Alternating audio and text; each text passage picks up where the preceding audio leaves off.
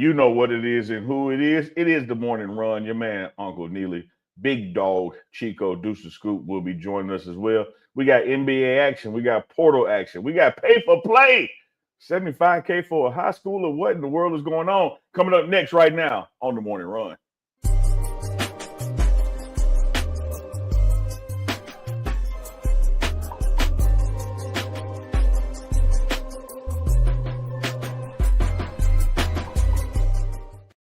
Bop, bop, bop, bop, bop, bop.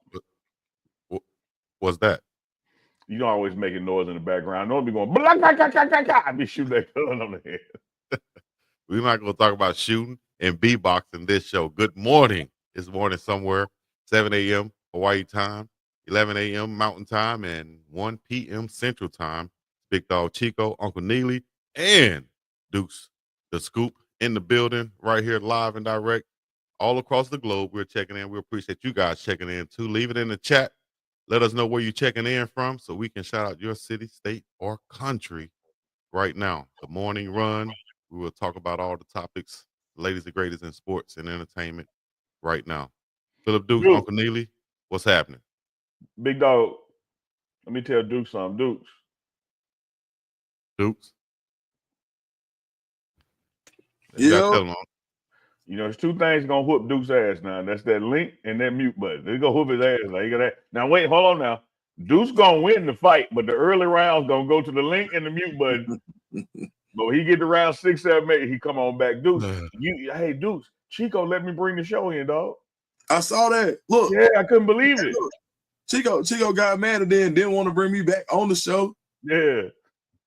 And then Chico I want to talk about that mute button, but he be doing it.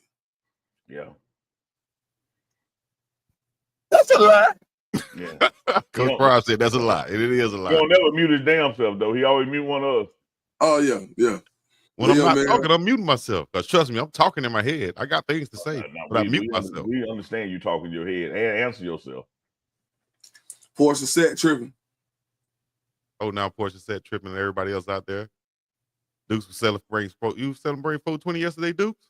Yeah, boy. How did you celebrate? How did you celebrate exactly? Man, turkey, ham, macaroni, collard greens, dressing, not stuffing. That's Easter, Dukes. I'm talking about 420. How did you? Well, celebrate? I know. Well, maybe that was how you celebrated after you celebrated 420. That was your you ate all that food afterwards. Is what you're saying? No, Chico. Oh. Yeah, crazy. Oh, I got you. Okay, go ahead. Yeah, man, never mind, Chico. You ate a lot then. What you were saying? Man, you'll mess up a wet dream, boy. I did mess that all one the way up.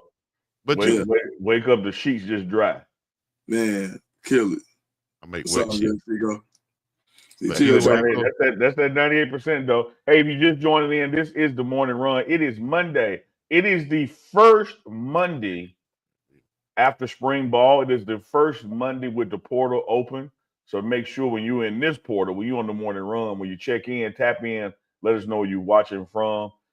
We had a classic 2-hour marathon episode of Uncle Chico last night. We're going to try not to revisit some of that, but we're going to revisit some of that. That's just a way of saying just get prepared for it. Hey, Duke's portal is open. Spring ball is done. NBA playoffs going off. Lakers took one on the chin. I'm still saying Lakers in 5. There's a lot going on, Dukes. It's a lot going on, man. I just got a new book after that game the other day. Something that the Lakers didn't read. The book on Anthony Edwards. And you know, man, I'm excited for. I think it's gonna be a good series, though, man. You know, I think, like I said, we talked about Nas Reed being the X factor. Chico gave me a shout out earlier where he was saying that was a good call, and I just think it's gonna take more. You haven't seen that Anthony Edwards signature game. I think it's coming, but you also haven't had that LeBron signature game either. By being able to withstand that flurry that Luka came out with, I think that's where you kind of like Luka came out with it at 17 in the first. Yeah. Big first quarter, yes. About 16, 17, yep. Yeah. So by being able to withstand that haymaker, that's how they stayed in the fight. And you can kind of see the Timberwolves are like, bro, we don't feel like an underdog. So it's going to be a good series.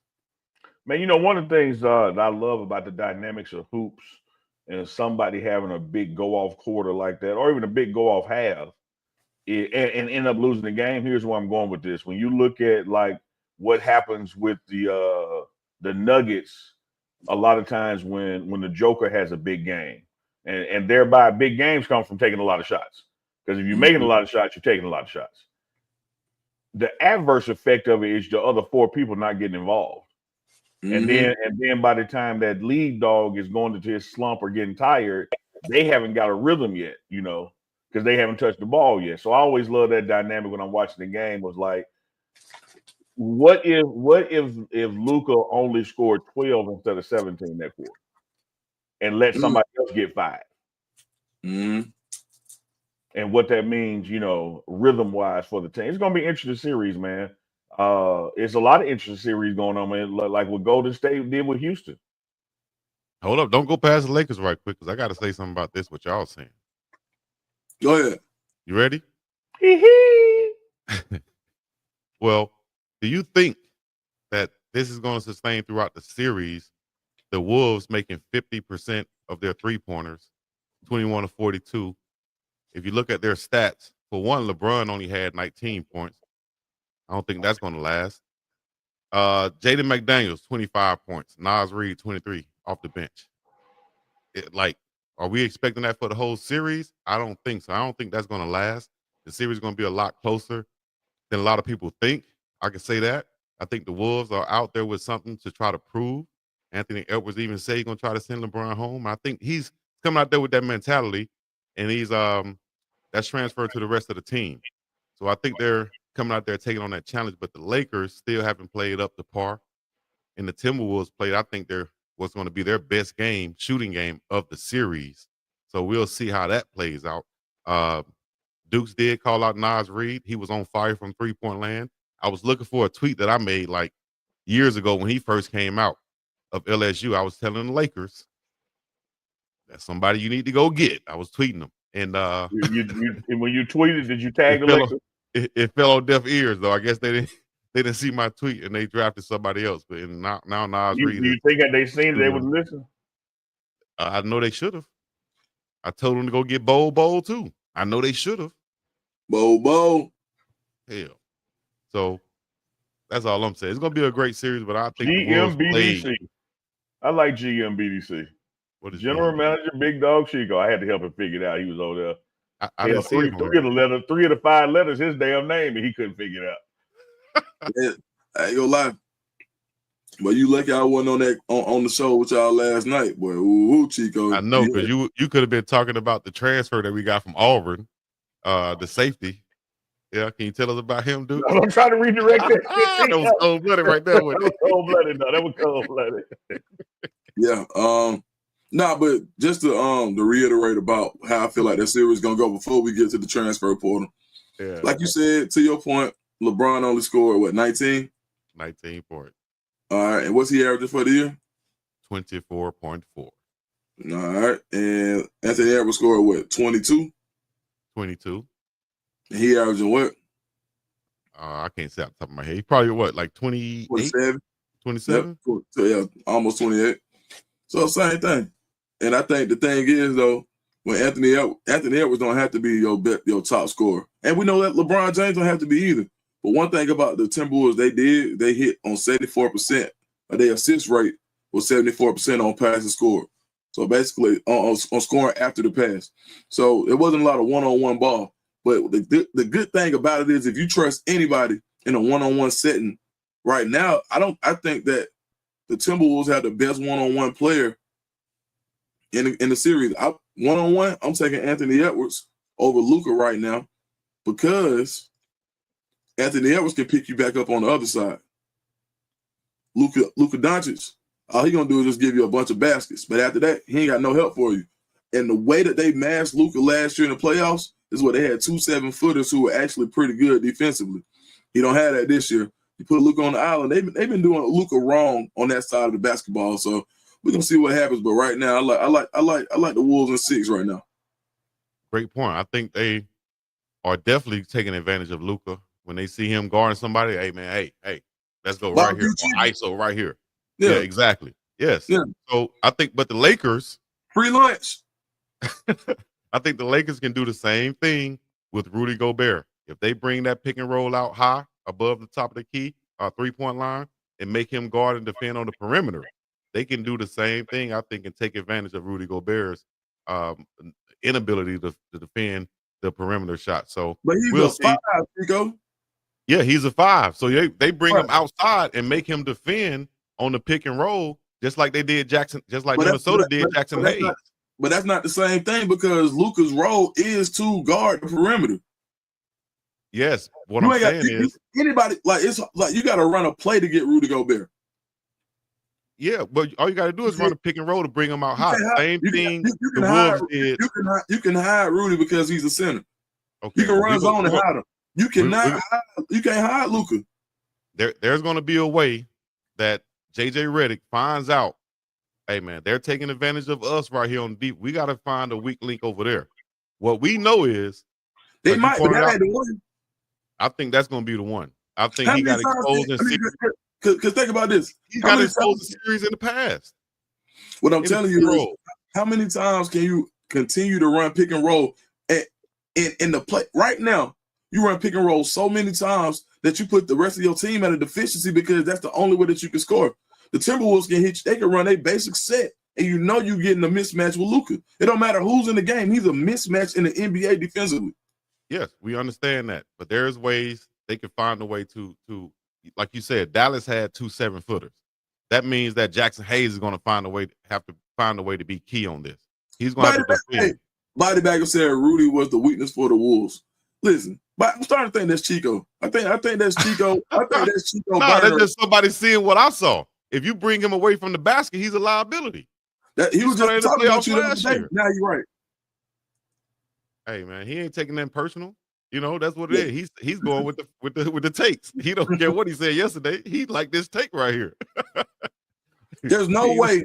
If you think that Luka being a deficiency defensively is the same thing as Rudy Gobert, let me ask you this: how many times has Luka won Defensive Player of the Year or been in the running? That don't mean nothing when they can expose him in the playoffs. That he won Defensive Player of the Year 4 or 5 times, didn't he? How many times has that taken him anywhere?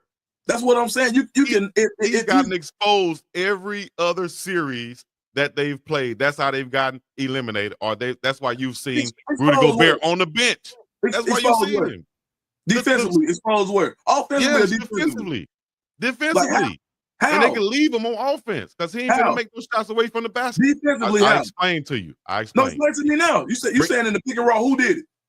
I explained to you. I'm explaining to you who again. did it? The same way the Wolves who did it exposed Jackson Hayes, the same way the Lakers and Luka are going to expose Rudy Gobert the rest of this series. Watch what I tell you now. Okay, that's my take on this. Okay, let me ask you this. All right, so if the Lakers were to, if the T-Wolves were to bench Rudy Gobert, right? Because he was because he's such a liability, correct? Yeah. All right, do you think they can still win? Listen, of course I think they can still win. I'm telling you, this is me telling you a strategy for them to win. But do you think the Lakers could win if they had to bench Luka because of his defensive liabilities? Of course not. Luka is more. Of course not. Can you hear me? Yeah, we got the camera off. Okay, of course not. Luka is more he's more of a centerpiece of the offense than Rudy Gobert is. Rudy Gobert had 2 points last game. Man, that's what Chico, you're making my point. You can't compare the defensive liabilities of a perimeter player with one of the best perimeter scoring guys in the league, right? Who can defend his same position. Luka can't. You literally have to put an offense in to try to expose him. Okay. Well, what I'm saying is this. Once again, the Lakers going to have to find a way to expose somebody on the defensive side of the ball, the same way you're saying that they did with Luka. And I'm telling you this, based off of past playoff series where I've seen Luka Rudy get exposed, and they're talking about how is he the defensive player of the year? He's now on the bench, and this, that, and the other in these past series. That's what I'm saying. You're gonna have to find a weak link. I don't think McDaniels is going to be the weak link. Nas Reed can come off the bench. Now that's one thing you can come back and say. hey, well, we'll take Rudy out and sub him in with Nas Reed. That's a better fit for the Wolves, you know, and he's going to give him problems because he can hit outside shots. Now, will he hit the outside shots at the same rate, at the same clip that he did the last game? Will they be shooting 50% for the whole series? I doubt that. I'll put my money on that they wouldn't, hypothetically, you know? So that's where I'm going with it. That's all I'm saying. I'm looking at the numbers, looking at the stats, and that's what I'm saying. And I'm still going to say Nas Reed, Librarian Reed, call Coach Carl Reed. I'm still going Lakers in 5 or 6. Simple as that. We'll see after tomorrow night's game, Lakers versus Wolves. Uncle Neely, I know you over there thinking about, as the chat says, Chef Carl Solomon's lunch. Oh, wow, Chico, let me look. It is 12:22 p.m. Central Standard Time. Let me give you a shout out for actually acknowledging you stealing somebody's joke. Because normally what you do is you read something fun in the chat and you say it like you made it up, but you actually gave the chat credit for that. Man, way to grow and blossom, Chico. I love that for you, brother. Got to get better every day, Unc. You got to get better every day. If you stay in the same, well, actually, you're not staying the same. You're either getting better or you're getting worse each and every day. That's all. Well, I can appreciate that, my friend. And yeah, I just want to hear you and Deuce go back and forth over something that was no need to go back and forth over. Yeah, it's just us talking, having a healthy conversation about our thoughts of. I would make my point if you'd let me, but go right ahead. The floor is yours. Chico and Laker fans too. 1, 2, 3, not 1, 2, 1. But go ahead. Stop arguing with a Hawks fan. Come knock your ass out of the room, do Chico. You gonna come over here and lock me up, but you gonna limp back. You gonna limp back. Dukes, let's talk about some. You want to get into transfer portal news right now? Oh, I don't get to chime in on Lakers. Oh, I'm sorry. Go ahead, Unc. No, y'all got to go ahead. My bad. I didn't mean to step over you right there. Go ahead. My bad. Go ahead. Go 1, 2, 3, not 1, 2, 1. Room. See, every time we talk about Lakers, you get so damn personal. That's why your camera messing up. You look like Red Man over there. It's all right. Shout out to the Red Man. You know what I mean? What's that? Hilltown, New Jersey? Brick City, New Jersey? Brick City. Let's do it. Yeah. All right. Got to talk about some Colorado football transfer portal news. Also, what was in the news. Chico, we got one point. Come on. Say what? I want to hear his point, dog. No, my point was you was right. That's it. All right. No, I mean math is math. When you look at that LeBron scored under his average, and you look at the Edwards scored under his average, if they both accelerate their average, the math remains the same. The only hold up, Chico, your ass talk 20 minutes, and I ain't even cough. Let me turn my mic off. Turn your damn camera off. Leave. Damn. Thank you. Jesus. There you go, Salty Vet. Here you go, mute Chico. Like, hey, when it comes to the Lakers, he ain't gonna let anybody say nothing. I'm finna ask him like Shaq asked Kobe, how my ass tastes. Like, damn. Now he just got on me. See how he do, Dukes? See how he do? He do. You see what we working with? This right here is what I'm saying. All I'm saying, Dukes, is where Chico got you at is they can't keep up that 3-point percentage, man. That's not sustainable for that squad. No, I agree. And so I think that's where the gap is going to narrow. I think LeBron and Luka, not and or. I think LeBron and Luka both got to have big game twos, just for the confidence of that we can pull this off. Mm-hmm. You know, because the way they got beat in game 1, you know, they walked back to that locker room like, damn.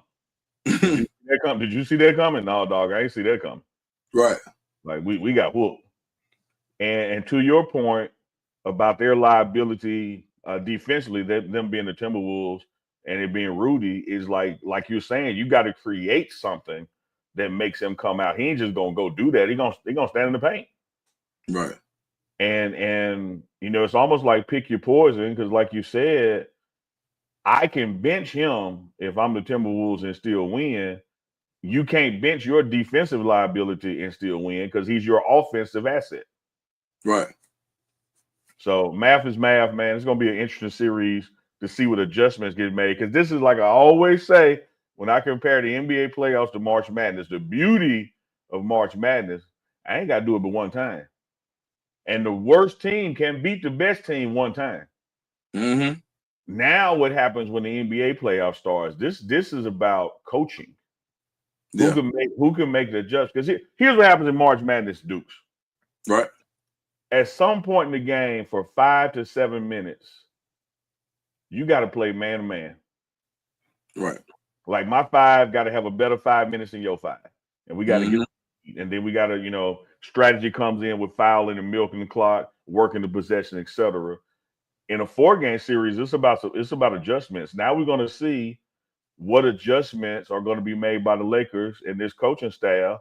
I don't think you have to make an adjustment necessarily on the 3. I think that a probability take care of itself. Ain't nobody finna shoot, over 50% no damn 4 games in a row like that. That ain't finna happen. No. But you're gonna have to do something to get your 2 main guys going on the same night, LeBron and Luka. And that's what I was saying earlier about, do you really want one guy scoring 17 to 20 in a quarter and the other people just standing around? Mm-hmm. Because how does that bode well over 4 quarters when I ain't in the game, I ain't in rhythm yet? Right. Agreed. And if you're just joining the morning run, we coming up on the 30-minute mark. We've dismissed Chico for the time being. We'll let the 98% come back when we feel like it. We know he in the back pouting. BiggDogg, whenever you come back, we're gonna talk about the portal, but we're gonna start it off without you because you just talked too damn much during the Lakers segment. BiggDogg, Dukes, the portal opened up this past Wednesday. It doesn't close to Friday. That's just the deadline to get in it. There is no deadline to get out of it. So you're going to see still some more people going in, but Colorado, since the end of the spring game, has been picking up some people out of it. What you seeing out there? I think the most recent pickup was Terrence Love from Auburn University, big 6'2.5" safety. Can play his weight right now. He's I think they have him listed as 215, 220. His weight is closer to 200 right now. Lost some weight so he can go play both safeties. Had a really good spring. Same thing I said about Colton Hood last year when I said that when Colton Hood came over. On any of those shows you saw me on, I was saying Colton Hood probably had the best spring in Auburn in the secondary. Terrence Love probably made the greatest strides this spring in Auburn secondary. For the first person to pick off Deuce Knight during this spring, he went 14 practices without an interception, and Terrence Love got him first. One of those things where you had some people. He was in the competition, and he felt like, you know what, I stayed last year. I burned a red shirt when I probably could have red shirted, and this time I'm gonna take care of myself. Went into the portal in the situation in Colorado. He saw some availability, and he canceled. And he got there. What happened was he got there. He canceled the rest of his visits. He was going to Oklahoma State, Stanford, and Arizona State. Those were 3 schools that he was scheduled to visit, and he canceled them.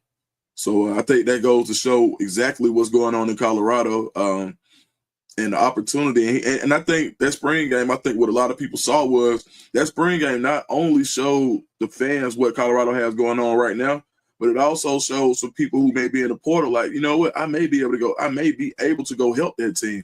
Yeah. So it helped you. And then to hear Coach Prime say, I need a list of positions. Yeah. I think he named no less than 7 to 8 players at least at different positions. Yeah, so absolutely.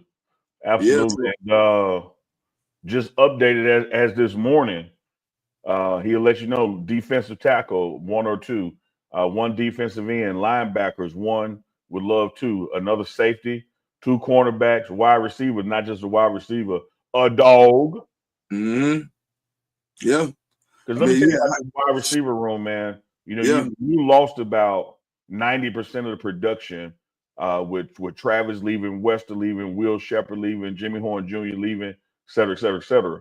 The production is back in that room. Like, we have a solid wide receiver room, but what has not emerged yet, at least through spring practice and spring ball, what hasn't emerged yet is that dog, like this guy, like I'm the guy, like this is my room. And now that could happen what you got with August, because you got Sincere coming in. We'll see. But Coach Prime will tell you, like, I want one more coming in here that's coming as that dog, that's coming as that guy. Still looking for 2 running backs, another tight end, a guard tackle, and center position as well. And one thing I know about the way Colorado works that portal, he gonna get it. He gonna get it. He gonna find it now. Yeah. Gonna find it, because people got to keep in mind, man, the deadline for the portal is Friday. That's entry. Ain't no deadline on exit. Mm-hmm. Right. And then too, there's another part. The next part of the portal that's coming that people ain't talking about is when everybody gets their degrees and decide they want to go somewhere else. There isn't a deadline on the grad transfer. So the guys, the seniors that are graduating, or guys who graduated in 3.5 to have 2 years left to play, it's a whole nother market that I can go ahead and tell you that there are going to be some guys that probably sign with Colorado after the transfer portal who may not be in yet. It could be Monday, and you see somebody, like, you got graduations going on the 10th and 11th and all type of days. Soon as that paper goes across, you're going to see people start to get into the transfer portal again. So I think right now Colorado is looking for the best fit. They're not just taking anybody. They're not taking bodies. They're taking people who actually fit. I've been privy to some conversations for some guys who've asked me about Colorado and said, what do you think about the place? And do you think this is a place that I can grow? And I'm like, absolutely. And this is not for me to recruit. It's for somebody to ask me a question and me to give my honest opinion about what I see going on in Colorado the same way I would somewhere else. So I think Colorado is going to fare very well in the portal, and they're going to continue to. And I think they're off to a great start. Shout out to Tion Parks, the cornerback from Illinois State, ball player, 6'1", about 190, 195 pounds, long arms, somebody who excelled in press coverage when you go look at the PFF. I mean, what they started, Xavier Hill was an all-conference performer. Somebody, when the first board for next year's draft class came out, he's on there as a mid-round pick with somebody who can raise their stock. So when you talk about a guy who's a top 150 player in the country already, going to an offensive line where he can get around more talented people and play higher and tougher competition, this is a guy who's coming hungry to raise his draft stock. So you got to love what that brings to the offensive line. And then you go look at Sincere Brown, a 6'5" wide receiver who has great speed, catch radius. He reminds me of George Pickens a little bit. Some people think AJ Green. I like the George Pickens comparison. I think he's a 4.4 guy. The more I watch him, I thought he was a 4.5. But I think the more I look at him now, he's about a 4.4 guy. And when you look where he scored on intermediate routes from that 12 to 20 range. So he's somebody who's not afraid to go over the middle, and most of those catches were over the middle. So I think he provides something else that you may not have on that roster. Yeah, I like that assessment. And I also like how Chico is finding all the bring back Chico comments and putting them on the screen. I don't know why his ass still hiding in the back. Here's what he wants us to do. He wants us to beg him back. He wants to say, Chico, come on back on the screen, Chico. Chico, all right, Chico, you've been gone long enough. We're not gonna beat you up no more. The Chico abuse got to stop. Come on back, Chico. That's what he wants. That's what he wants. Yeah, man. And usually, I'll be honest. Usually with Chico, I'm like, all right, man, lay off on him, Uncle. Oh man, that's a lot right there. I shake my head. I'm like, all right. Or I'll say, hey man, good job, Chico. Hey, Chico got you there. I'm fair with it. Man, look, Chico, come back on the show and stop. While we're waiting on Chico to come back or not, and I'm hoping not, I see my main man in the chat. Actually, my blood brother, Dukes. Big Curb is in the house. Had recent surgery, had a hip surgery, man. Okay. He in the hospital watching the show. Y'all put new hip, NEWHIP, and get well Kirby in there. KIRBY. My man Kirby's in the building watching the show from the hospital. New hip. That's what I'm talking about. $6 million man. Gotta get that new hip. But I think you're exactly right, Dukes. When people watch that spring game and they watching around from their college dorm or their college apartment, they like, dude, I can help there. I see where I can fit in. Let me go. And what you're talking about, those grad students, I call them the grown-ass men amongst grown-ass men. Mm-hmm. Water rules don't apply to them. You're right. Grown-ass man go to school. The NCAA can't say nothing about it. He's a grown man. Mm-hmm. you're gonna definitely get some what basketball calls one and doneers as far as them being freshmen out of high school. We call them one and doneers when they're in grad school and looking for that last opportunity to go to the league in the right environment. And if Colorado ain't proved nothing, we can get you to the league now. You come in here and play one play. Come in here and play. You got 1 year to play. Come in here and play 1 year. So what would happen? Yeah. Look at Black Bullet. Wide receiver BYU too. That BYU wide receiver, Keelan Marion. You can already see Coach Steph Brown has some experience with him back in Atlanta as far as trainer wise. Terrence Love's already recruiting him. He's a guy from Grayson High School, went to UConn before he got to BYU. Took a longer route, but I would watch that situation. I can't say it's a done deal that he's gonna visit, but I would seriously watch that situation. Yeah, love that. Man, Chico, come on, bro. You be taking the too far. I mean, why just deliberately be an asshole at this point? No, man, because see, people think like y'all put Chico up. No, Chico like to fish for sympathy. Now, Chico, I'm with you when you're right. But stop, man. Come on now. Because ain't nobody tell you to get off the show. You said, I'm going to just let y'all do it. That's what you said.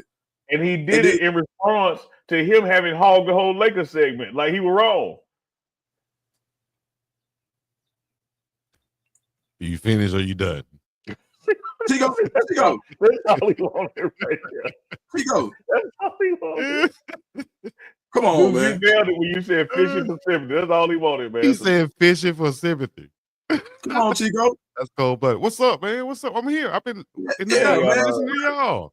Y'all remember, man, as Chico transitions back in, let's remember that while you're here, hit the thumbs up. You got to like the show. That helps the algorithm. You got to make sure you like the show. Please subscribe to all 3 of the channels: BiggDogg, Chico, Dukes of Scoop, and of course the Pregame Network. As we do this joint umbrella thing under the Pregame Network umbrella with the Morning Run on Monday, Wednesday, and Friday. So if you're in the chat, man, keep on letting us know where you're from. We're seeing hashtag Free Chico. Portia telling me I'm a big bully. What I did? All I said was it's 1, 2, 3, not 1, 2, 1. Every time we talk Lakers, he gonna talk 5 times. So y'all telling me Unc didn't say get off the screen? Unc said get off the screen. That's why I left. Don't try to make it seem like I left. Okay. Now you do whatever I say. Unc said get off the screen, Dukes. Okay. All right. No, you're right, because you said I'm gonna sit here and be quiet. I said be quiet and get off the screen. Okay. Yeah. Chico hit him with one of them old school kids, man. Yeah. Man. He wanted to take his ball too, but he realized he took his ball to kill the show. I just sit back there and drank my tea, man. Sipped on my tea. It's early morning. I'm good. Yael said Chico wanted to feel like David Ruffin. Come on, Chico. We want you in the group. 601. Pulled off the Texas in the building. Oh, no. Go ahead, continue y'all discussion. I'm just listening. I got something for you though, Unc. Oh shit. Uh-oh. For you, I got Shasta on speed dial. Go ahead. I got some artwork you sent too, Unc. Y'all want to go to that right quick? Speaking about go to it. Well, actually, that's rookie salaries right there. We can do that. We can do that. Go that route right there. NFL. Yeah, this is the draft week. First round is Thursday. And one thing about the salaries, Dukes, you know the game, is really why going into the league now you really don't have to have an agent with your first contract because you are slotted in draft order, and it's based on where you got picked at. And so you can see right there on the screen. This year for the 2025 rookie salaries, rookie class, pick number 1 is $43 million, all the way down to pick 32, which is 13.3, and it's just a sliding scale based on where you get picked at. So you look at pick 1, $43 million, pick 10 is 23.7, and just slides on down. Now, what happens in those salaries though, in your 4 years, you get more going up. So like you might get 10 mil year 1. 11 mil year 2, 12 mil year 13, then 14. Most of these guys, particularly that top 10, will be renegotiating by the end. So that's why you'll see like a Shedeur Sanders, who, if he goes, say, 9 to the Saints at 24.6, his real money is on his second deal. That's when he becomes a $250 million man or greater. But this is just a good look at when you're drafted where you drafted, this is the money you're getting in 2025. Absolutely. Like you said, the only things that are really going to be negotiated in these rookie deals are going to be injury guarantees, how much money you get if you get injured, and what percentage of your salary you'll get if you can no longer play for that season. And the other thing is how much guaranteed money you get and when you get it. So you got some guys that get 100% of their guaranteed money at signing, and you'll see that come out. But those are literally the only two things that you can negotiate after the salary structure with the salary cap from this point, with the rookie salaries being already slotted. I believe, was it Sam Bradford who got the last big number 1 overall pick? Yeah, crazy. That was the last one. That was the one right before Cam Newton went number 1. Mm-hmm. Yep. Yeah. Chico? Yep. I would just say, hey, contracts are set, the numbers are set. I'll just say, man, damn, I should have been a top 10 pick. That's all. I know no other guys out there are thinking like, we need to get as high as we can in the first round to be drafted. But this transitioned us, I think, right into talking about college NIL and our high school players getting paid. Like when I was coming out, or people in my generation, our thing was we need to get to the NFL to get some money, get some real money. Scholarship is great to go to school for free, but we're trying to get to the NFL to get that bag. Nowadays, you got high school players being offered a lot of money. You have, hell, we just lost a recruit, or not a recruit, but a player from Colorado to go to another school for what's reported to be $500,000. So you got guys getting a lot of money now from high school to college. Is it that important, or will it be that important, for these guys to try to get this type of money? Like, because it's not going to be there for everybody. So you see these guys leaving college now. Are we going to see this a lot more in college, and then it may trickle down to high school now with the money coming into play? Just talk about that. What you guys think about that as we go to NIL and high school pay for play? I absolutely think you're going to see more of it, but the asterisk by that is you're going to see more of it until the system implodes, because this is not a sustainable system. Like it can't carry this weight. Now, let me say this: anybody that makes money off you should get part of that money. So I don't care if you're in high school, college, or where you at. I say it again: anybody that makes money off you shouldn't be an employee. You should be a partner. Like, you should get part of that you're helping make them. So whether that's commission and sales, whether that is your time on task, like, how dare somebody make $20 million off you and only give you 50 cents? And I think that way about any damn thing. But when you look at sports and your talents, your body, your name, your image, your likeness, I don't know what the NCAA, which is collegiate, has anything to say about high school. Like, it should not invalidate you. But going forward, Chico, Dukes, like right now, you just do not have a sustainable system, because the NCAA is big on saying you can't have pay for play, meaning I can't pay you based on your performance. But what we have is a system where you can be awarded in advance NIL values and get money that way. And hell, may not play a damn game or perform in a game. And I don't know of any other thing in America where you can get paid for something that you might not do or don't do and still keep the money, and then go around shop for another deal and flip it. Mm-hmm. Yeah, I think, Chico, are you referencing that kid in Alabama who they said was supposed to move out of state for $750,000? Yes. This big kid right here. Cam Pritchard. Yeah, so Cam Pritchard.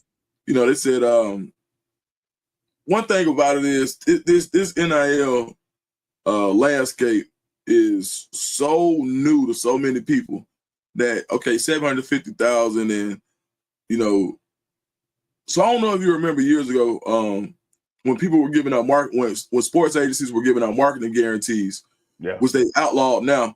But a marketing guarantee was basically like, you come to my company and I'm not signing you. I'm signing you as a marketing guy, and we want to get your marketing, and we know that you're going to we know that when you get to the NFL, your marketing is going to be worth $1 million. So we're going to give you $1 million now for your marketing in the future, not your signature. And I think that's a little bit of the game that's being played now. It's like, all right, we're gonna give you $750,000 because we know that you're gonna get about $4 million when it comes time for you to go to college. So in the states that have legalized NIL, they're front loading guys' deals and saying, all right, well, this $750 that you'll pay us back at a recoup rate at about, let's say 15% on top of the $750 that we'll take out of your NIL collective deal that we negotiate for you as well. Some of those deals are structured that way. You look at Kendrick Perkins, as he was, I forgot the name of the company, but I don't know if you guys remember when it came out that he was backing the company that was giving out NIL advances. A lot of people signed him in the state of Georgia, and they're saying, and some people believe them to be predatory. And I think that's what they're doing. People are taking advantage of the gap in the system right now, and NCAA is just sitting back and saying, okay, this is what you guys wanted. And it's almost like I liken it to like the Joker when he created anarchy that made in the Batman movies. He created anarchy to make somebody say, hey, we need somebody to police this, even if it's you. And I think this is the same thing where the NCAA is just letting stuff go crazy so they can say, all right, feds, y'all ready? Or y'all going to keep doing it? Y'all going to keep this legislation going? Or are you going to allow us to police this? And I think last thing I'll say is, I was talking to a very prominent booster one time. He told me, he said, he said, damn, we just opened up a can of worms. And I said, well, how you get the worms back in the can? He said, you can't. You ever seen worms go back in the can? You ever see spilled milk go back in the bottle? And it's the truth. Now that it's out, it's out. All we're going to have to do is find out a way to try to police it as best as possible. But I just don't see a future where NIL goes away. Oh, no, I agree with you. It's not going away, but it's going to have to be policed or regulated. And let me look at it from just randomly from opposite ends. On the player end, you know, we just got to stop talking this. We got to stop talking this student athlete mess and talking this amateurism mess. Like, these are now professionals. When you get paid to do something, that makes you a pro at it. These are no longer amateur student athletes. And so one thing you can do to get around the pay for play or get to the pay for play is you can say, hey, here's your baseline NIL and here's your incentive NIL. You can get up to this should you do these things and put it in the form of a contract. And hell, even let the players unionize if that needs to be the case.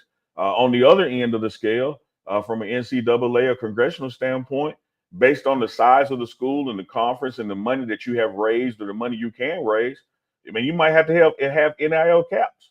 Because if you're going to get to just an open-ended market that whoever raises the most or has the most can pay the most, and thereby going to always have the best players, what does that do, you know, to the smaller, bigger schools or the mid-majors or the HBCUs? They're going to die on the vine. Like, you're going to have Jackson State out there fielding the bad news Bears because everybody else they could play done went somewhere they got money. And so you have to stop that erosion before it happens. But I'm with you, Dukes. I think this implosion is being allowed so I can show you why I need to exist and why this needs to be regulated. We gave you what you asked for. You saw what it led to. Now let Big Brother come in and fix it. And the way Big Brother gonna fix it is like, okay, like we finna get a cut of this. We finna cap it. We're gonna eliminate, you know, scholarships, because why do you need all these scholarships when you got people making all this money they can thereby pay for school? There's so many other ways that you can go this route and get around it. Ken just said about full scholarships. Like the next, I think the next 4 to 6 years, no more than 8 years, you're not gonna see a total now management structure for NIL and collective stuff. I think you're gonna see some more even conference realignments, because if you don't fix it where there's some parity amongst the haves and the have-nots, you got to just have it where only the haves can play each other. Because you sit here and say that somebody with $250 million in their NIL budget playing somebody with $10 million in their NIL budget is a fair game. That's not fair. It can be like budget leagues, budget conferences. Mm-hmm. Everybody got 20 million over here. Everybody got 10 million less over here. Y'all play each other. Y'all play each other. Damn, that's crazy. I mean, but look at it this way, Dukes. My final point on it, Dukes and Chico, forgive me, Dukes. Look at it this way. What makes the professional leagues fair is they have to work within the same amount of money. Mm-hmm. And they pick from the same talent pool of people. If you just gave the New York Yankees, okay, Yankees, y'all can spend $1 billion. Nobody else can spend more than $100 million. The Yankees are going to win the World Series every year because they're going to have a damn all-star team because they can afford it. What makes it competitive is everybody has this amount to work within in the NFL. If you go above it, you get punished. and you got to work within it. You got free agency. You got rookie minimums and maximums and guarantees. Everybody's working from the same sheet of paper.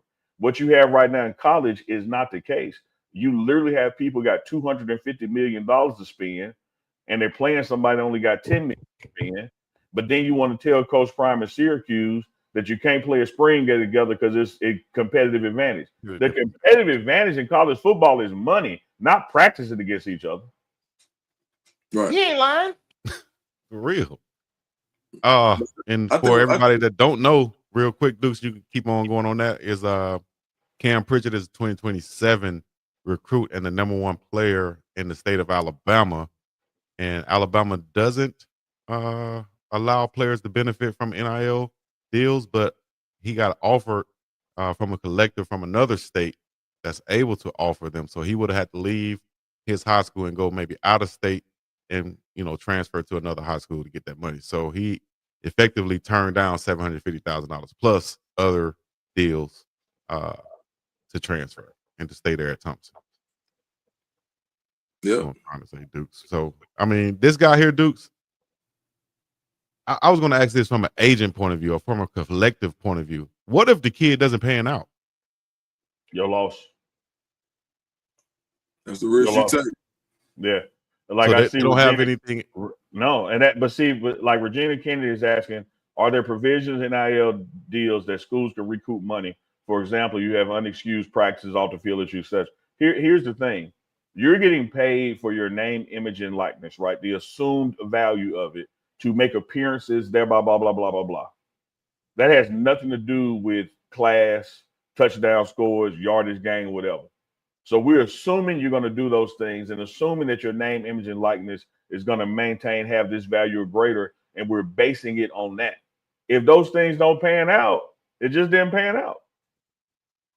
Yeah, it's a gamble. It's a bet. That's what's going to implode the system. So on that one, you do have, so they got what they call clawbacks and holdbacks. A holdback in the NIL deal from a collective is when they take a portion of your money and then they backload and they say, okay, well, we're going to hold a certain percentage of your money that we owe you every month. And if you complete the season or when you complete the season, we're going to give it to you at the end. A clawback is money they take back because you didn't hit one of the provisions in the contract, not based on performance. So under the guise of moral turpitude, to her point, which is if you get arrested, automatic. If you get arrested, if you miss a certain percentage of classes, if you fail in your classes and you're not eligible, that's what they call a clawback. So they can effectively claw that money back and say you didn't win this or you didn't earn this money. But they can't say, hey, if you rush for 1,000 yards, if you do this. Now, with the new with revenue sharing, they're putting in caveats as if you play 75% of the snaps, if you are all conference, if you're second team all conference, you get incentivized bonuses. So it's a lot that the revenue share is changing about the game. Perfect example, Oregon. So NIL collective should be going away, and you should be getting paid through your university with the cap number, which is about $21 million for this year. If your university can generate that type of bread, okay, cool. Where places like Oregon or Texas Tech or even Auburn or whoever, when they have marketing people, or let's say Nike at Oregon, I'm just using them as an example. When Phil Knight is a staunch Oregon supporter and he has Nike, there is nothing that says that he can, if you come to my school, I can't pick you to be the guy that I'm going to give a $2 million deal for a new t-shirt line. Mm-hmm. And that's where the disparity comes in. Now they're trying to say, hey, you only can use this money and there's a cap on it. And they're trying to put a loose salary cap. As you see, now you look at Jim Nagy from the Senior Bowl. You look at Arkansas's new GM. They're bringing guys from the professional level because they're trying to work it as if it's a salary cap. Big. The way that people are going to circumvent it and the early word on how the NCAA is going to get this under control is that if you're caught giving out an unlawful NIL deal where it's basically pay for play outside of the outside of revenue share, you're gonna be penalized with a felony. Like that's what they're saying. Now that's the early buzz. You're gonna get an F, quote unquote, on your report card, as they say in the hood. You'll catch an F if they catch you trying to pay for play, unless you have the structure. And all that means is that people are going to get smart about it in their network and say, hey, you come to this school, we got the guy who makes windows in the community. Well, come work for the window company, and that's how you'll get your next $600,000. So every time, it's almost like y'all remember how every time they put something out to keep people from stealing cars, they came out of their way to break it. Absolutely. It was like, okay, kill switch. Then they figured out how to make the kills. Then they figured out how to beat the kill switch. The club. Then they figured out how to beat the club. Like there's so many things that every time that they try to put something in place, there's a workaround for it. I'm just interested to see how it pans out. I love it. I love it. Yeah, a lot there to digest. I hope you guys got it all. And if you haven't, go back and rewind that, because that was a great take right there by Dukes. A whole different landscape in college football now. I think, like you said, you're going to see a lot more general managers come in to college football, and you may see them come in from the professional ranks because they've done it before, and they can show maybe some college guys how to do it or what they're working with this budget and how to stay within it. I think it opens up, like you said, for college football to go a whole different direction, and like power conferences and, the have and the have nots. I don't want to say it like that, but no, but that's what it is. Yeah, that's literally what it is. Like again, when Coach Prime asked to play Syracuse for joint practice, one of the reasons that they turned it down was competitive advantage. That it would place Colorado and Syracuse in an unfair position because they got to do something that nobody else did. When the real unfair competitive advantage is in budgeting and fundraising. When you look at these schools that have 250 million set aside for NIL deals, and they're playing somebody that only has 10 million, who do you think has the better players on the team? It's simple. You remember the Florida Marlins when Wayne Huizenga got them and they had that no cap year. What did they do? They won the World Series because he went out and bought it. Right. And without course correction, that's what you're going to have in college football. You're going to literally have, the Ohio States and the Penns and the Texases, and that's just going to be it. Because whoever can pay is going to get the most. Mm-hmm. Well, that's the state of college football. Y'all stay tuned for more, man, because it's forever changing right now. It's forever changing. These guys are about to get paid. Absolutely. Right Look, on time, let me say this. Not to beat a dead horse, but something Dukes touched on at the end of his statement there. When you talk about the revenue sharing, like that's the part I absolutely love the most. Because what did I start off at? Anybody making money off you need to pay you. And so bust open the books. And I don't care if you're a damn JUCO all the way up to the biggest in Power 5. Bust open the books, show us what the athletic department is making off these kids from this team, and share that profit with them. I love that part. And that don't have anything to do with NIL. NIL is you. That's your name, image, and likeness. You go out and get those deals. But when revenue share really comes and schools have to bust open the books and show what they've been making off these players and then share that profit with those players, I don't care if you're the starting point guard all the way down to the end of the bench. You're going to get something just because you're here because we're making money off you. How far should they go back in paying players? Because I know they're going to be paying some players from the past. I think it's down to 2016, all the way back to 2016. Some players to get a share. How far do you think they need to go back?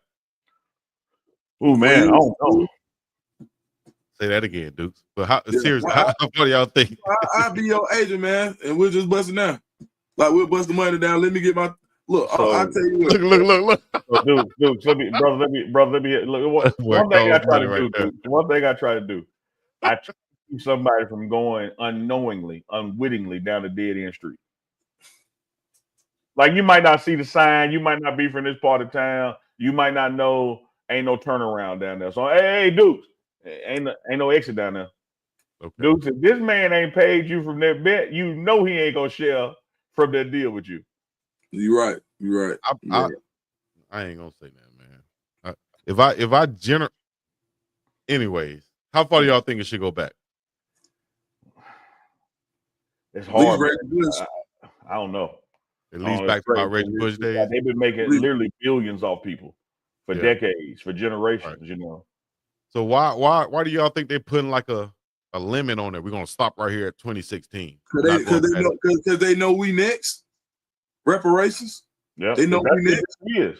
Yeah, they know we next. The NCAA can do it, then the federal government should be able to do it. Like if you can calculate a value all the way back to day one, like the only way they're gonna truly survive is they got to put a stopgap in and say, okay, nobody before this date. I will tell you this: if I just had to pick an artificial date, you should at least go back to when the O'Bannon boys at UCLA filed their lawsuit. Yeah. Because that's like what officially kicked all this off. So I would be down for that date. I like what Mia said. Go back to the Fab Five because we know. Hell, if you go back to the Fab Five, see that's why you probably gonna open up Pandora's box on this one right here. Because if you go back to the Fab Five and what they generated, then you might can say, man, you can go back to Phi Slamma Jamma when what they created. Yeah, you can go all the way back. So I think they're trying to put a cap on it because they know that if we go back here, we got to keep going back. Let me say this, we Chico. need somebody to. For the most part, we're dealing with state institutions. Some are private as well. But where I'm going with this is there ain't a time in history that they didn't do their books. And so if they did their books and they got audited, which they all do, they know how much they made that year. And if you know how much you made that year, you know what you owe somebody. And you can break everything down from there. So from a technical standpoint, I'm no CPA, you should be able to go all the way back. Because again, UCLA basketball know what they made the year the O'Bannon brothers were playing there. They know what they made that year. It's on paper somewhere. So back out your expenses and break bread with what's left, like any profit sharing mechanism does. I like that. And break bread with everybody. What? Oh, okay. I'm just clicking on something, so don't take it. Oh, you only click on the one. I agree with that, man. Taylor made it on the one. No, we have to discuss it. Don't even discuss it. Nope, we're not discussing it. Go to something else. We're not discussing. I'm giving you your flowers, brother. I don't want no flowers right now. Let's go to something else. Okay, we'll put the 98% on your ass and get off the screen again. Try to help you. Hey, dudes. Before we go to the 98%, you know what? Let me go to this one because see if I can find it right here. Because I'm searching on the internet last night or the night before. I said, I know you've been searching on the internet lately. Shit. Like what is this? It's gonna be some shit. Well, I got some shit. Because it's you. Look, you can't even stop smiling. Yeah. Chico been on that. Yeah, go ahead. I just wanted to say shout out to Coach Prime and his camps, man. What you talking about, Got the camps coming up. You want to talk about the camp? You just redirected. That ain't what you about to do. Yeah, you see it, man. It's gonna be a nice and healthy camp schedule. Kind of coincides with the players being back. Players, as of right now, had to be back on campus Monday, June 2nd. That's mandatory report because you go into phase 1, strength and conditioning 1, starting in June. But it's also when Coach Prime rolls out his camps. You see them there post grad camp, then the elite camp, then the youth football camp with the women's clinic on the 12th. Then you go into the next week with the 707 and the lineman and the specialist camp. So about those first 2 weeks of June, I'll be back in Colorado and covering these camps and also covering the strength and conditioning under Swayze with summer school going in. So pretty much everybody's going to be away in May, except for some recruiting that's taking place as that continues. But it's football time in America once June comes. Football time in America. I used to like when that used to come on. What was the ABC Sunday night? I think it's NBC. NBC Sunday night. Been waiting all day for Sunday night. That right there. Yeah, it's football time in America, Chico. Football time in America, as Uncle Neely says.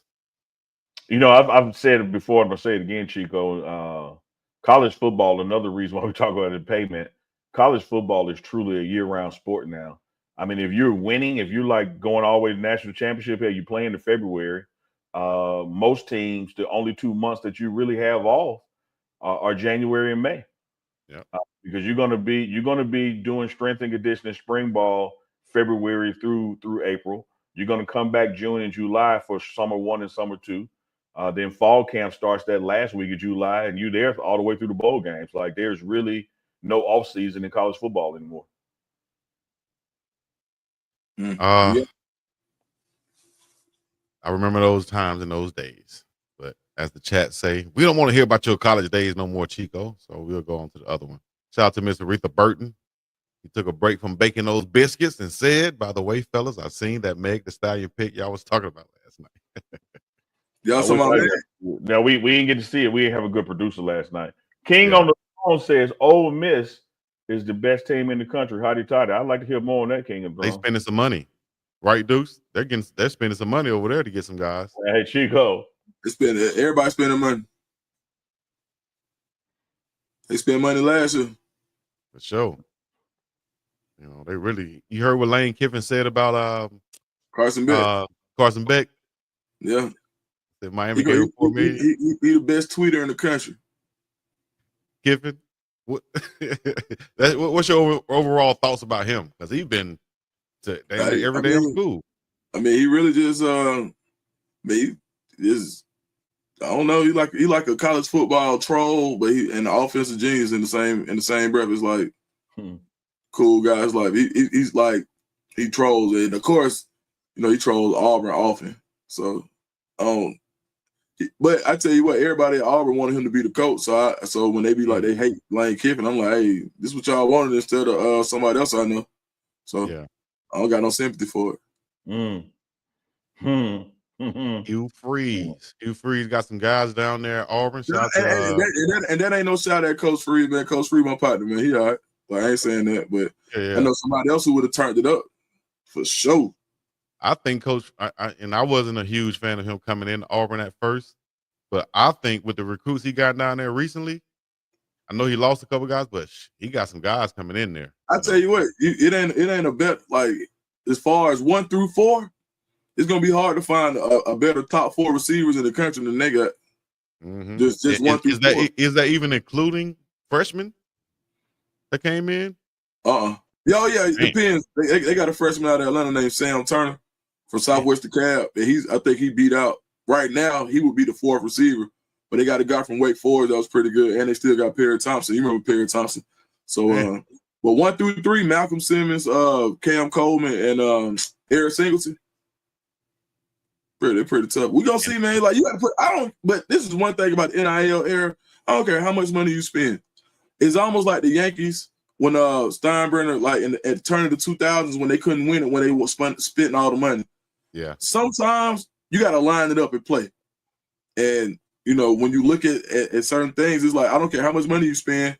Sometimes you're just not going to be able to. That's how the Boise States of the world give certain teams more than they afford. Like, there's no way they really should have beat Oregon if you go back and look at that game. So there's going to be times where you have those upsets where they don't have the resources, they don't have the facilities. But once you say line it up, Denard Robinson at Michigan when he lost to App State, not him, that team. My bad, D-Rob. But, you know, sometimes it just goes like that. So you got to line it up, man. Find the players. I'll tell you who the best team. Find the players. I'll tell you who the best team in the country. Who that? The one who win the championship. Lying. Not the one who spend the most, but the one who wins. No, absolutely. Because you look at like even politics, about 95% of elections are won by who spends the most money because contact matters. How do you get around that contact with somebody spending money on mail and postcards and in TV commercials and radio ads? You get around it by walking the streets and knocking on doors. So you can outwork money when money don't want to work. But money in America is damn sure upper hand. You rather have it than not have it. I don't know about Bangladesh or Zimbabwe or New Zealand, but I know here in the good old USA, you want that bread. I just thought about this because of what Unc said, right? You can walk the streets, right? And beat and knock on doors, right? But if you had a little money, you can get in a golf cart and you go knock on doors and you can reach many more houses and doors by doing that. So hey, and you got a little more money than that, you can get on TV and you can knock on doors from the TV screen 24/7 from a commercial. See what I'm saying? Hey, let me ask you this. Let me ask y'all a question. This happened where I'm from. I ain't gonna say the name of the nonprofit, but look, it was a guy who had a nonprofit from our area. And the Republican Party in 2020 gave him $1 million for his nonprofit. And it was somebody who was a staunch Republican. I mean, you know, straight MAGA. They gave him $1 million to a nonprofit in a blue neighborhood, not just politically, gang ties too, like in the middle of the hood. if you're that guy, and this is 2020 when relations like those type of relations are at its highest peak. I'm trying to use code words so we don't get flagged. But if it's you, would you take the $1 million to support a nonprofit from that side? And they didn't put any stipulations on the gift? No, they just said, hey, we just like what you're doing. Here go $1 million. Yeah, I'm taking it. But we got to use you. But you got to shoot a commercial for us. Lending your report, lend it. I'm not saying you got to choose whether it's blue or red, but this is what I am gonna say. Would you take $1 million to be in a commercial? Yes, 5 times already, but you can go ahead. I'm talking to Chico now. I'm talking. we got. Would you take the $1 million from a political to switch your political party for the sake of a commercial? You changed the question here. Now hold on. I said I was gonna change it. You changed the question here. Now. Yeah, would you be in a commercial? What am I doing first? It sounded like he was already doing. He was already advocating for it. All right, boom. Just like, okay, you helping kids in the community, right? That's what you're doing. Feeding the homeless. Okay, cool. But we want to show that your support for my political party, even though I know that's not your party. We're gonna get $1 million for you to be in this commercial. Do you take the $1 million? Or do you say, nah, I don't believe in what y'all got going on? Nah, it's that's kind of loaded right there because that was real loaded. Yeah, that's like Chico. Have you stopped beating your wife? What? Don't say that on camera, dog. Like it's real. No, I'm just giving an example of there's no right answer to it. Hold up. If you say no, that means you beat him. If you say yes, that means you used to beat him. Yeah, don't put that on me. See, when Duke asked me the question, he ain't put the stipulations on there. Yeah, he put that on there. Like Mike F said, sell my what? Sell my car. Sell your own car. Don't do me like that. Chico, that's the widest I've never seen your eyes open. Hell no. Hey, Chico said, don't put that on. Chico, you right though. Don't put that on. He say, find a better example. Yeah, find something else. Chico, let me see you bug your eyes. Go back to 98% or something. Go back to that. Chico eyes got big. I ain't never seen Chico eyes big. His eyes always look 420. But you know what? On those type of subjects, that's when your eyes supposed to get big. Chico, salute, bro. Yeah. But I ain't crying. I'm gonna change the subject. Go to something else. Hell, maybe put that jacket on me. Woo. Damn. It's two you don't want. You don't want that one. And you don't want that PDF file. That's what I'm saying. Yeah. You know, so hell no. Let's go to something. How can we go to something else? I'm good at transitioning, but damn, you got me stuck. Hey man, it's an hour and 7 minutes, man. You can transition up out of here. Okay, let's transition up out of this thing. Transition before Deuce did that. That was an hour mark. Damn. All right. After the meet, you came over and took the ball, but your boy Deuce, you don't say nothing. Y'all playing buddy ball over here. Hey man, hey Chico had to pay me back, man, because I usually come over there. Like I wish they could have been on that group chat that day when I was in Colorado, but when I was in Colorado and Chico was trying to advocate for somebody, and tricked me into thinking that he was really trying to be in the right.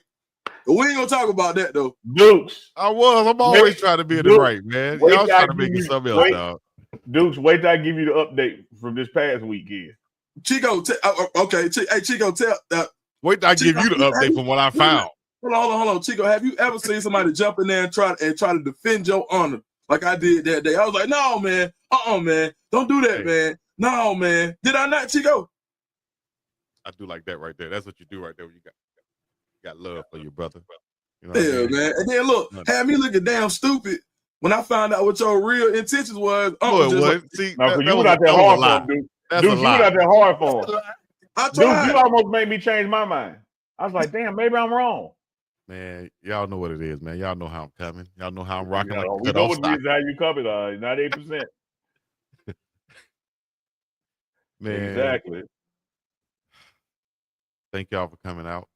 This has been another amazing episode of The Morning Run. Y'all make sure y'all stay tuned each and every Monday, Wednesday, and Friday. And join us at 1 p.m. Eastern Time, 11 a.m. Mountain Time, and 7 a.m. if you're out in the middle of the ocean. Pacific, that is, like Birdman said. Hey, if you're still in the chat, which we see you still in the chat, let's do it again for my man Kirby with the hip surgery. Put new hip Kirby in the chat. New hip Kirby in the chat. Get well soon, Kirby. Appreciate you tuning in. You laid up on the side over there. I know they had to shave your booty where they put your hip at. See, you always got to go there. NHK in the chat. New hip Kirby. Yeah. You tell me coming up tomorrow. Yep. This has been another one. Hey, Chico. Yes, sir. Hey, bro. So I'm looking at your background. I see Chico and put yourself up on the screen by yourself. I just want to see something again. I never said he ain't got you on the Dukes. Here we go again. Chico did something wrong. Did I ever ask you about this, Chico? Did something wrong. Here we go again. I'll make sure I add that Duke to scoop up there. I didn't finish it, Dukes. It was just what I could put together right now. Chico, why you didn't let me talk? Because y'all already getting on your boy, dog. What's next? I didn't say nothing. I'm just saying, okay, Big Dog Chico, the pregame network, Uncle Chico, the morning run. I seen one with Coach Prime on there. The Prime logo on there. And there ain't not even one Duke to scoop, nothing. Not one. And you be defending it. Look at this guy. You be defending not one. It's coming, dog. God. Real Coach Prime up there in the top right. Yeah, them logos I had on hand, Dukes. Goodness gracious. I'll add yours, buddy. I'll add yours. Do me any kind of way, Chico. Pause. Any kind of damn way. Pause. Yeah, pause that one for real. Do me any kind of way. Yeah, what are you doing to you any kind of damn way? Do me that's your boy. That's my partner. I be trying for him too, man. It's all good. Baby. See, you tell you the truth. It's all love, man. Y'all know it's love. Yeah. Pause. All right. I'll pause. It took Dukes to point it out. That's I mean, if I owe Dukes $1,000, I have his name up big behind me. Yeah, man, it's all good. The chat said we didn't shake on it, Dukes. You know that when you're 12 years old, they said you got to shake on it. I got some love for the ATL shouted, man. I got some for him, man. You know what? I ain't gonna say. I'm just gonna do it. How about that? I'm just gonna do it. L3 Moon. L3 Moon. We're gonna end the show on that note. As usual, they got to end the show coming at BiggDogg. I don't know what I did. I can't even make a background to do it right. I can't make a background to do it right. Except for the main person that be trying to defend you, and literally went out on a limb to defend you. So fervently that even Unc thought he was wrong that day. It sounds like I know what that means, or I think I could put it together and know what that means, but I will. I know you're playing dumb now, Chico, because you know what that means. Yeah. Because first, tell everybody, Dukes, man, you got to let everybody think that, you know. Yeah, Chico ain't got no sense. Yeah, right. Chico scored about 1,500 on the SAT. I remember. Can't tell nobody that. Yeah. I know Chico, a one-man employment agency. Right. What that mean? Captain Save him. Man. All right. We appreciate y'all coming out. Speaking of that 1,500 on the SAT, thanks to the Asian girl that sat next to me. I appreciate you. We're going to end it on that once again, and we'll get up out of here. Unc, you want to shout out that hat you got on? They talk about that in the chat. No, they're not paying us, so they don't get no shout out. I know Salty Vet said 30-minute Laker discussion without letting anyone else talk is what Chico did. How when me and Dukes was going back and forth? Come on, man. Y'all got to be. Yep. Laniki, I appreciate you. All right. Man, this hat just reminds me that just like Parliament Funkadelic, I got jam in my legs and I'm ready to spread. Whoa. What? All around the world for the funk. The funk? Hey, y'all don't know about Parliament Funkadelic, man. I gotta hear that song. We don't cut in. We just butt in. All around the world for the funk. He going in. Now he on one. Keep going. And when I find a vacant booty, I move right in on the hump. Okay, then. 98% Chico on the booty. 98% Chico. This man said when he finds a vacant booty. Yeah. I move right in on the hump. All right, guys. Thank y'all for coming out once again. From the East Coast to the West Coast, wherever you checked in from. L3 Moon for me. L3 Moon. That's all I need. L3 Moon feel, but she know about the funk. Make my funk the P-funk. I wants to get funked up. Yeah, I want the bomb. I want the chronic. Shout out to you guys said this last thing I'll say. Y'all said something about reparations. I was watching Mike Epps last night, and Mike Epps said, I want my damn reparations. I want my 40 ounces in the pit bull. 40 ounces in the mule. That's what he said. Shout out to Mike Epps. It was funny when he said it wasn't. Well, hell, it's funny to me now because I'm laughing. And who cares if you laughing or not? Because your sense of humor is here you look and at mine the is there. and laugh. Like you look at a white wall and laugh. Like you I could watch grass grow. And laugh. You break a church window and laugh. I could Hey, super chat before we leave. Right. Roberto Ramos, $4.99 super chat. Y'all see what Chico's long lost cousin Ye recently said. Oh, we ain't got time for that. We got time. Shout my cousin Ye. All right. Chico, go see what he said though. We ain't got time for that today. We put no little show. Well, at the end of the day, if you guys would like to sponsor, y'all know somebody would like to sponsor, y'all make sure y'all hit us up and go follow and like, subscribe to Philip Dukes, Uncle Neely, Big Dog, Chico, Cleasy. Y'all share this thing right now on Instagram, Facebook, Twitter, all social media. Tag us in that so we'll see you and we can follow you back and we can share you and all this other stuff. What'd you say, Unc? I was giving Donnie C a shout out, doing it in your ear hole in 3D, man. See, there's some funketeers in here, man. Y'all just look, man. Y'all was just born 10 years too late, man. If you over 50, you know about P-Funk. Okay, yes. Please share it on social media. We appreciate that, man. This is a live stream. I will be breaking it down and sharing this thing. Until next time, Dukes in Atlanta, Uncle Neely in Mississippi, and I'm out here in the middle of the ocean. We're going to sign off. Thank y'all for coming out. God bless you. Big Dog Chico busting out church windows with man Duke Scoop and Uncle Neely. We out. Have a great day. Peace in the Middle East.